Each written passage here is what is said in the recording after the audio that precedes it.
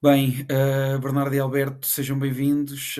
Eu vou dizer que aconteceu uma coisa relativamente surpreendente, mas não foi propriamente o impensável. Houve uma invasão dos Estados Unidos à Venezuela e eu, tal como vocês, estava a fazer a minha vida de fim de semana tranquilamente e, entretanto, fui surpreendido com estas notícias. Pronto, e quisemos fazer aqui também um episódio, aqui um pequeno bónus também do ABC do Mundo, só para falarmos deste tema, porque de facto é um daqueles temas que se justifica. Bem, eu queria começar primeiro por vos perguntar como é que vocês receberam esta notícia. E o que é que vocês acham que vai acontecer a seguir, tendo em conta que houve uma grande loucura de informações hoje? O discurso de Donald Trump foi, bom, febril, é como eu o classificaria, cheio de mensagens de política interna misturadas com política externa, a questão de admitir claramente que o tema do petróleo foi muito, muito relevante na decisão, o orgulho de ter tido não só Nicolás Maduro, mas a sua família também, esta ideia de que os Estados Unidos vão substituir-se ao governo venezuelano, basicamente, e garantir uma estabilidade. Bom, vamos começar por partes. Eu vou perguntar até primeiro a ti, Bernardo, o que é que tu tens a dizer sobre isto? Boa noite. É um dia, no mínimo, bizarro. Bizarro, principalmente, e começando pelo fim, que é como é que eu vejo o futuro, antes sequer de falar do discurso, como é que eu vejo o futuro da Venezuela. É caricato que Donald Trump tenha retirado o tapete à Maria Corina Machado, tenha retirado o tapete também, por inerência quase, ao Edmundo González, que seriam os sucessores naturais num governo pró-Trump ou num governo pró-americano na Venezuela. E a Maria Corina Machado, desde que se deu a invasão, ela tem postado no Twitter, vezes sem conta, explicar que as pessoas têm que se manter unidas porque ela vai voltar ao país e vai ser a vice-presidente juntamente com Edmundo González, que será o presidente. E de repente no discurso Trump tira-lhe o tapete. E a minha questão é, com que Venezuela é que ficamos? Vamos ter uma Venezuela então com uma liderança partilhada entre uma comissão transitória para a democracia, seja lá o que isso for, liderada por Donald Trump ou Marco Rubio, e depois com Delcy Rodrigues, ou Jorge Rodrigues, que é o presidente da Assembleia, que é o irmão da Delcy Rodrigues, vice-presidente, que são ambos chavistas. Quando o Chávez ficou doente e ia para Cuba nos tratamentos, foram eles os dois quase que empossaram o Maduro, fizeram uma campanha fortíssima pelo Maduro. Portanto, vamos tirar de lá o Maduro para meter a segunda pessoa que gosta mais do Maduro para além do Maduro? Parece-me, tudo isto parece-me um bocadinho caricato. Agora, acho que há aqui um problema sério, e fugindo ao humor da situação ou à caricatura da situação, parece-me que há aqui um problema sério para o futuro, que é, primeiro, de que lado é que ficarão os militares? Há militares do lado de Maduro? Há militares que estão dispostos a defender o regime como ele existe hoje, ou como existia até há umas horas? Ou os militares vão se fragmentar entre aqueles que são pró-Maduro e os que são pró-América, pró-Trump, pró-Maria Corina Machado? Porque podemos mergulhar, ou a Venezuela pode mergulhar numa guerra civil se isso acontecer. Outra opção, não nos podemos esquecer que há uma série de movimentos de guerrilha dentro da Venezuela, ligados aos cartéis de droga, muito semelhante a um fenómeno que aconteceu, por exemplo, no Vietnã, em que estão nesses movimentos de guerrilha na selva, nas florestas. O que é que acontece? E na De Colômbia repente, também, e na Colômbia com as Farc. e na Colômbia, com as Farc, claro, temos a possibilidade de ter uma guerra civil, não só com duas frentes, em que uma é pró-Maduro e outra é pró-Trump. Podemos ter agora uma guerra civil em que todos estes cartéis estão numa luta pelo poder, em que tudo se fragmenta, o poder cai na rua, e a verdade é que Donald Trump, durante todo o discurso, falou muito do petróleo, falou muito do mercado energético, e é muito transparente por isso, todos sabemos qual é a sua intenção. Mas não falou uma única vez de processo democrático, não falou uma única vez da possibilidade de eleições num futuro. E isso é o que me preocupa mais. Alberto, o que é que te apraz dizer sobre tudo isto? Sim, eu queria fazer 3 pontos. Primeiro vou começar a pegar, concordo totalmente com aquilo que o Bernardo disse. Aqui, eu ia até um bocadinho mais longe na questão dos militares, porque há a especulação de que para este golpe ter acontecido de forma que aconteceu, já há parte dos militares que, entre aspas, vendeu o Nicolás Maduro para sequer isto ter sido possível. Eles querem entrar lá na residência dela à 1 da manhã, quer dizer, ou seja, obviamente que existem capacidades técnicas por parte dos Estados Unidos, existiu um plano que foi gizado, faz até um bocadinho lembrar o plano que foi gizado para entrar na residência do Bin Laden em 2011, ou do Abu Bakr Baghdadi em 2017, mas tanto num caso como no outro, e é possível que neste caso haja conivência de quem estava responsável pela segurança. Portanto, até é possível que os militares estejam responsáveis. E concluindo esta parte, sim, é muito possível que haja uma situação de guerra civil. Aliás, os Estados Unidos têm sido muito pródigos nos últimos 50 anos em terem um grande sucesso na operação inicial em si, mas depois não saberem gerir o pós-guerra. Ou por desconhecimento da realidade local, ou por desinteresse da realidade local. E eu aqui concluo este ponto, é que se nós vermos o discurso do Trump, eu estou totalmente de acordo com o que o Bernardo disse, em muitos aspectos o presidente Donald Trump é um dos presidentes mais transparentes que os Estados Unidos teve. Ele passou, sim, estou a fazer uma estimativa feita por mim, 3/4 do discurso a falar de política interna e das necessidades de petróleo e que a Venezuela não estava a pump às vezes suficiente e que os Estados Unidos eles iam pump mais. E muito pouco a falar do futuro do regime da Venezuela. Aliás, mesmo uma menção àquela que foi o Prémio Nobel da Paz do ano passado, que foi uma das líderes que foi referida pelo Bernardo, foi referido muito pouco mesmo. E, portanto, a sensação que se dá é que essa é a prioridade para os Estados Unidos e se esse é o caso, com a divisão dos militares é bem possível que haja uma guerra civil. O segundo ponto, que é quase demasiado óbvio, bem, isto é uma intervenção que não respeita ao direito internacional. Acho que, e as regras das Nações Unidas, é obviamente um atentado crasso à soberania da Venezuela e é também uma intervenção que abre caixas de Pandora. Não é que as caixas de Pandora não estejam a ser abertas agora, mas, por exemplo, Taiwan. Se os Estados Unidos estão autorizados a fazer isto na Venezuela, porque é que a China não pode estar autorizada a fazer isto? É que reparem, até há uma diferença.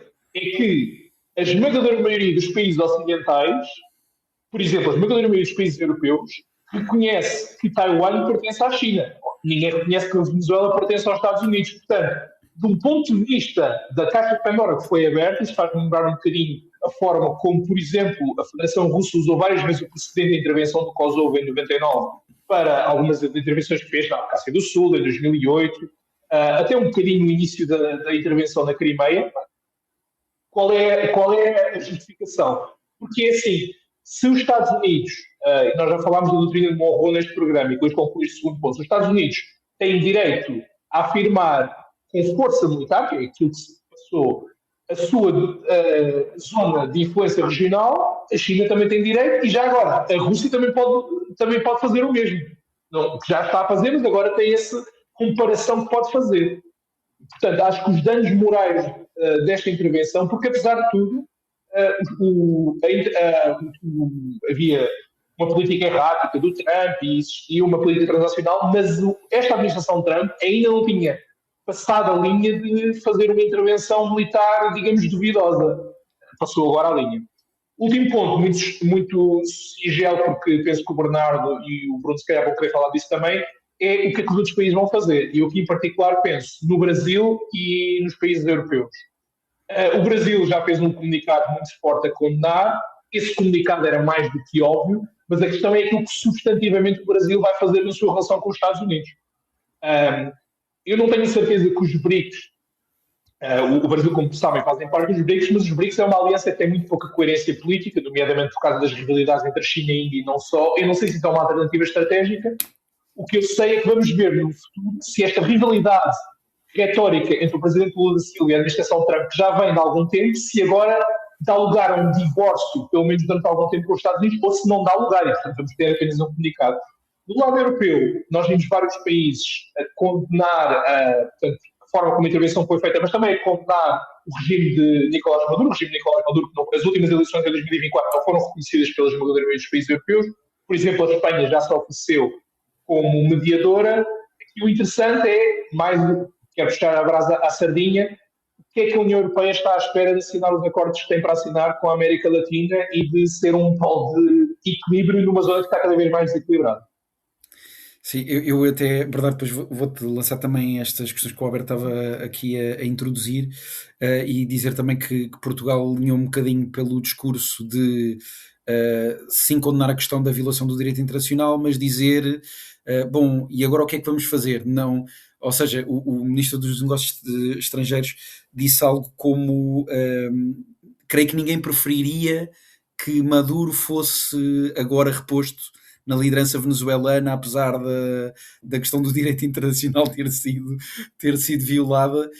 Bom, e isto não sei se entra também um bocadinho do aspecto do whataboutismo, não é? Ou seja, daquela questão de, bom, agora partimos o copo, o que é que vamos fazer, não é? Não vamos estar a colá-lo, vamos ter de seguir em frente e etc.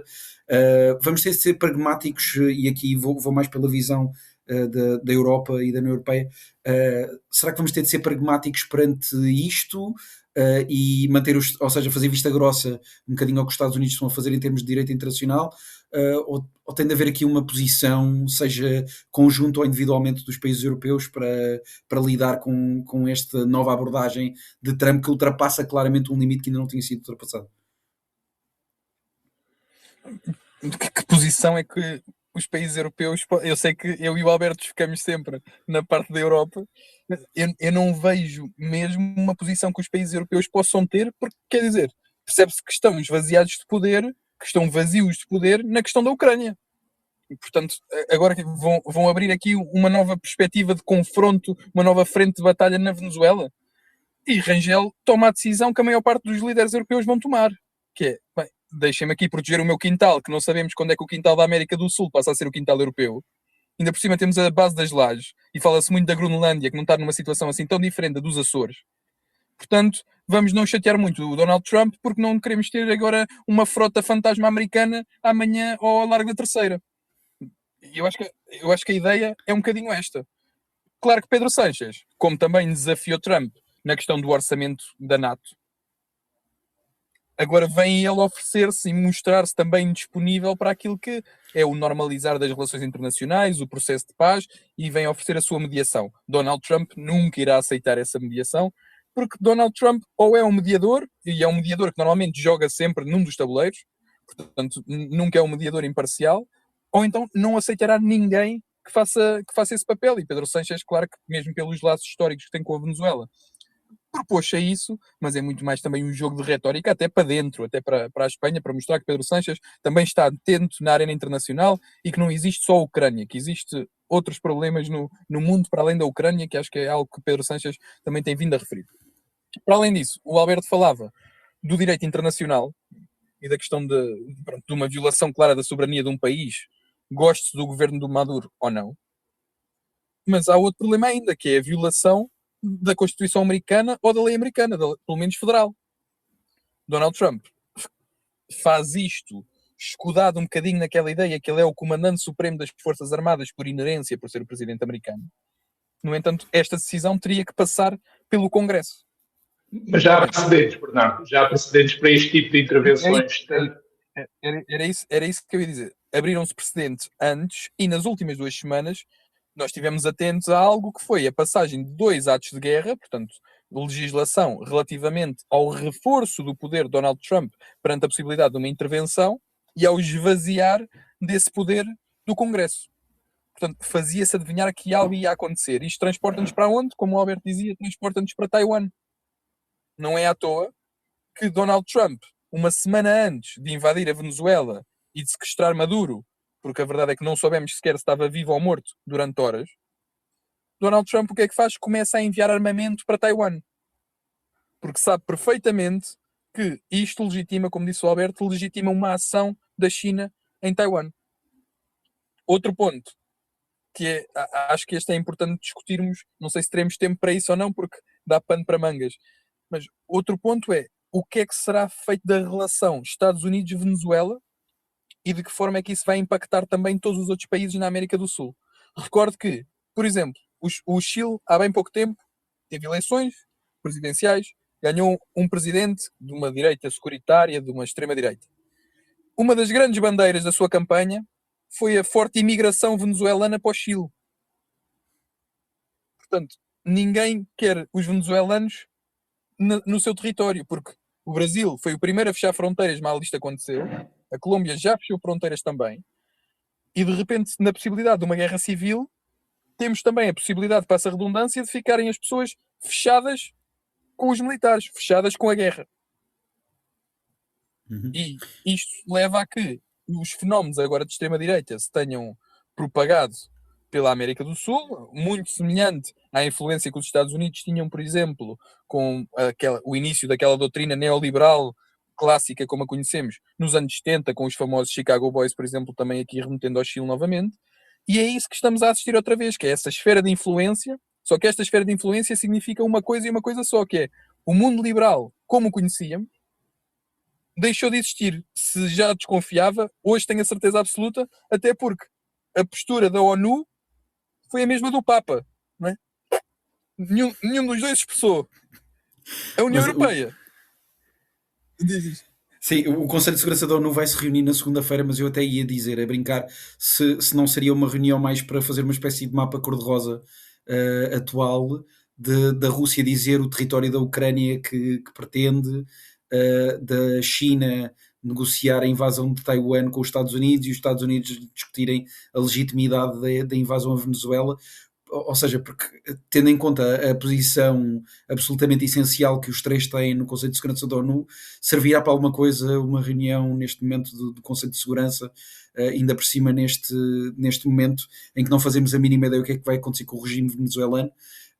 Isso é uma pergunta que eu deixo, e depois também há, ou seja, Bernardo, tu dizias a questão da Venezuela e de como isso pode afetar outros países na mesma área geográfica.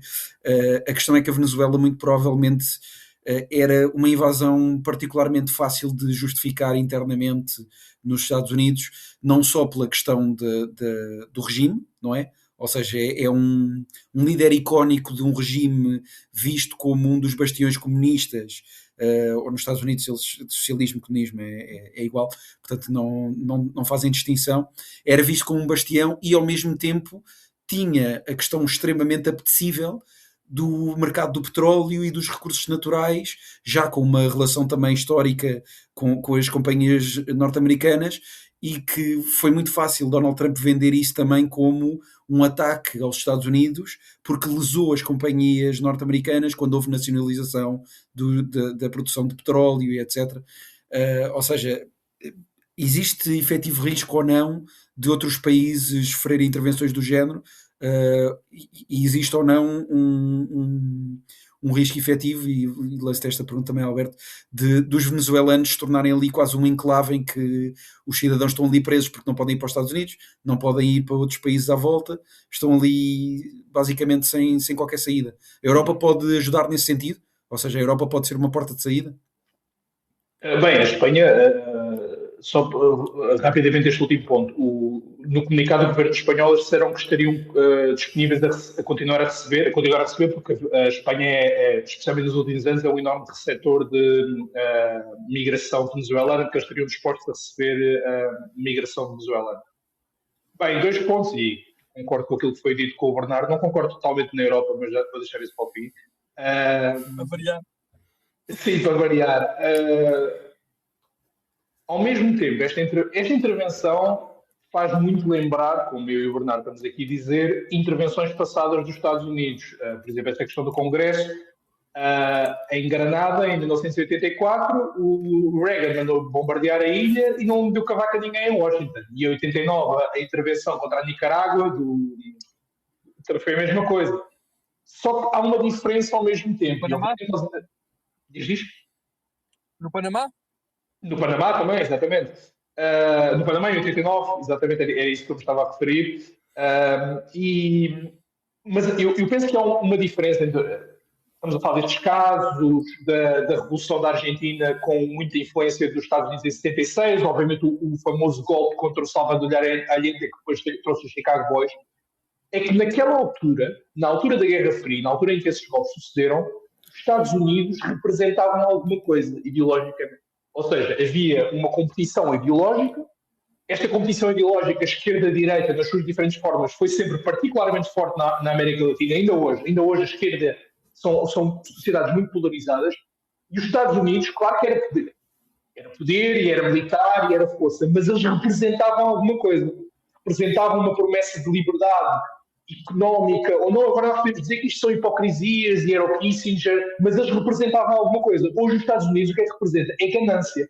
Nós vemos o discurso do Donald Trump, e vemos mesmo o Marco Rubio, vamos deixar um bocadinho do Donald Trump. Quando o Marco Rubio fala sobre a Venezuela, ele não está a falar sobre um país estrangeiro, ele parece estar a falar sobre uma província dos Estados Unidos que tem que reconquistar para os Estados Unidos. Portanto, a arrogância e até a ganância com que eles falam da questão do petróleo, embora seja uma transparência interessante, não é a mesma coisa, porque não há um fingimento, e fingimento para muitos, ou não há um discurso, como por exemplo existia tanto para esses anteriores intervenções na América Latina, como por exemplo intervenções do George W. Bush no Iraque, todos lembramos, a questão da democracia, dos valores, a promessa da ordem liberal, como o Bernardo diz, acabou, e já acabou há vários anos.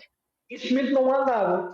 Ora, eu acho que isso pode prejudicar o pós-guerra, porque se todos os países da região estão basicamente a tentar lavar as mãos de Pôncio Pilatos do problema. E, aliás, começámos logo a ver a Colômbia a fazer isso. Se os Estados Unidos estão interessados em recuperar as licenças do petróleo e arranjar os contratos, mas não querem saber, digamos, não têm nada para oferecer em termos de projeto ideológico, por vezes é um grande problema, um país que é bastante instável. E, portanto, as perspectivas não são nada positivas. Não são nada positivas. Eu não sei se a Europa, vamos lá ver, eu não sei se a Europa não é um poder na América Latina e a Europa, neste momento, provavelmente, vamos usar uma expressão mais popular, tem mais que fazer. Agora, eu não acho mesmo que a União Europeia, se tiver uma posição clara sobre, é que não é chorar em relação ao que os Estados Unidos estão a fazer, é uma posição proativa de oferecer aos países do Mercosul, mas também aos países da Unasur e de outras instituições, a CELAC, por exemplo, é uma instituição da qual a Venezuela está associada, que está nas Caraíbas, que a União Europeia tem feito várias cimeiras. Se a União Europeia conseguir estabelecer acordos de influência e de ganhos económicos mútuos, isso é algo que responde e que oferece alguma coisa a estes países. Eu não acho que a União Europeia...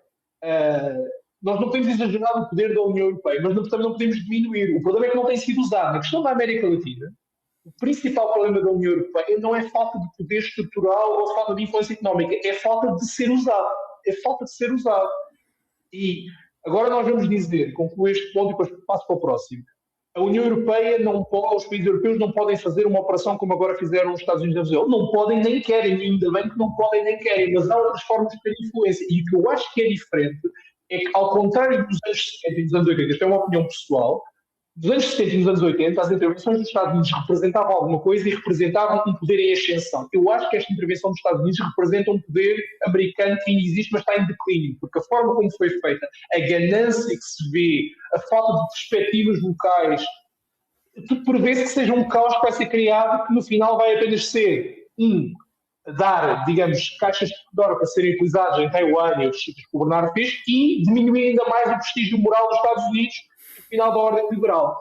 Queria apenas fazer um comentário sobre o Conselho de Segurança da ONU. O Conselho de Segurança da ONU é como os Rolling Stones de agora, que é uma banda que eu aprecio muito. Os Rolling Stones tiveram um auge ali dos anos 60 aos anos 80, ainda existem, paga-se muito para ir aos concertos deles, mas coitado, um dos bateristas já morreu, já ninguém ouve os álbuns dele, o Keith Richards, coitado, já não tem, digamos, substância, ninguém liga nada ao Conselho de Segurança das Nações Unidas. É os Rolling Stones, e eu gosto muito dos Rolling Stones, mas é dos anos 60 e dos anos 80. Bernardo, para finalizar, tens alguma metáfora para o Conselho de Segurança da ONU? Tenho de fazer a defesa da honra dos Rolling Stones, não é? Quer dizer, o Keith Richards já foi atropelado por um autocarro. Ele está muito bem.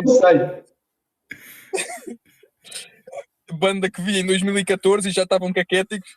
Então imagino hoje, e o Conselho de Segurança é muito isto. Agora, acho que há aqui um ponto que merece ser mencionado. Porquê? Porque o dia de hoje foi interessante, mas amanhã vai ser ainda mais. Porque vamos ter reações da China, vamos ter reações da Rússia, e só aí é que se começará a definir aquilo que é, dentro da arena internacional, o futuro da Venezuela. Porque nos últimos meses, principalmente desde o ataque ao Irão, dos Estados Unidos ao Irão às infraestruturas nucleares, começámos a perceber que há aqui um eixo a ser criado, um bocadinho reminiscente da Guerra Fria, entre Rússia, China, Irão e, claro, extensível à Venezuela de Maduro. E será esse eixo, porque também os portos venezuelanos, tal e qual como os portos no Panamá, são em grande parte dominados por empresas chinesas, e por isso é que Donald Trump também quer tanto o petróleo que é na Venezuela, que é para ter a tal vantagem comparativa com a China relativamente ao mercado energético. E agora é que se vai perceber amanhã qual é a reação destes líderes mais autocráticos, daqueles que supostamente seriam do mundo iliberal expansionista, se bem que Donald Trump está muito próximo deles nesses dois princípios. E aí veremos então o que é que sairá daí para o futuro da Venezuela e para uma futura liderança da Venezuela. Para além disso, Bruno, como dizias, só pegando naquele teu último ponto, também para terminar, que é esta ideia de que foi fácil justificar a invasão à Venezuela. E a justificação foi fácil não só por aqueles pontos todos que mencionaste, mas porque agora Donald Trump substituiu a guerra contra o terrorismo, a guerra ao terror, fazendo uma tradução assim meio atabalhoada do inglês, e passou para a guerra ao narcoterrorismo ou aos narcotraficantes. Se esta a narrativa, é muito fácil justificar uma invasão à Colômbia no futuro, facílimo, e Marco Rubio já fez uma ameaça velada hoje, não sei se muito velada ou pouco velada, mas fez, a Cuba, e disse que se estivesse em Havana estaria assustado. Portanto, todo aquele espectro do comunismo que está na narrativa americana muito presente desde sempre, e é isso que também dá aso a fenómenos como o Charlie Kirk e pronto, fenómenos da extrema-direita no geral e ao movimento MAGA, todo esse espectro do comunismo está agora a ser combatido um a um através desta nova doutrina Monroe. O bom disto para Donald Trump é que justifica o ataque ao espectro do comunismo, a melhoria gigantesca da qualidade de vida da população, não é? Donald Trump, no discurso, disse muitas vezes que a população venezuelana, a partir de agora, é que vai ter a mentalidade de Cristiano Ronaldo. Só faltou isto. A partir de agora é que a vida vai melhorar. No entanto, Donald Trump justifica com a narrativa do espectro do comunismo, mas o que ele quer mesmo é expulsar todas as investidas chinesas e todos os investimentos chineses da América do Sul, porque o mercado energético, mais tarde ou mais cedo, será da China, porque tem não só a América do Sul, tem a África, tem a Groenlândia, e por isso é que concordem 100% com aquilo que o Alberto estava a dizer, que neste momento é o esforço de uma potência em declínio para não cair no esquecimento. Queria só fazer um ponto rápido sobre a Colômbia, muito rápido, prometo. A Colômbia é um país com agência. A Colômbia é um membro da OCDE, é um país que evoluiu muito desde aquela ideia que nós temos de uma série que eu gosto muito, que é o Narcos, que era basicamente uma guerra civil entre diferentes cartéis, mais a questão das Farc. Hoje é um país extremamente desenvolvido e bem desenvolvido na América do Sul e é um tradicional aliado dos Estados Unidos, mas é um aliado que sempre guardou uma certa distância, ou seja, eles não aceitam ser vassalos dos Estados Unidos, eles são aliados dos Estados Unidos. Eu não tenho a certeza que mesmo as forças mais, entre aspas, de direita ou mais liberais na Colômbia, portanto, tradicionalmente mais próximas e mais apoiantes dos Estados Unidos, se sintam confortáveis da forma como esta operação foi desencadeada. Mais uma vez, eu acho que há um potencial. Vou dar mais alguns exemplos. Costa Rica, outro país desenvolvido, que faz parte da OCDE, e até, de certa forma, o Panamá, há potencial para os países europeus desenvolverem algum tipo de acordos que possam dar-lhes uma alternativa a submeterem-se aos Estados Unidos. Porque estes países aceitam todos o poder dos Estados Unidos, o que não aceitam é o poder arbitrário dos Estados Unidos. E aí acho que há uma janela de oportunidade. Agora, se vai ser aproveitado ou não, não sabemos. Bom, porque de repente temos a possibilidade de ter ali 5 ou 6 novos Porto Ricos. Sim. Era exatamente o que eu ia mencionar, que se calhar os 50 estados vão passar um bocadinho mais rapidamente se continuarmos por este caminho. Eu acredito, eu acho. Vão fazer, sem ser oficialmente, vão fazer isso sem ser oficialmente. Pronto, obrigado aos dois. Eu, além dessa sugestão do Narcos, que é muito interessante e que nos ajuda também a ver um bocadinho o caminho da War on Drugs do Reagan, que serviu de justificação na altura e que agora está, se calhar, a ter aqui um revivalismo contemporâneo através desta ideia de não é só o War on Drugs, não é só o War on Terror, é uma mistura das duas coisas com justificações políticas. Pronto, e nós não podemos fazer melhor teaser do que o Bernardo estava a dizer.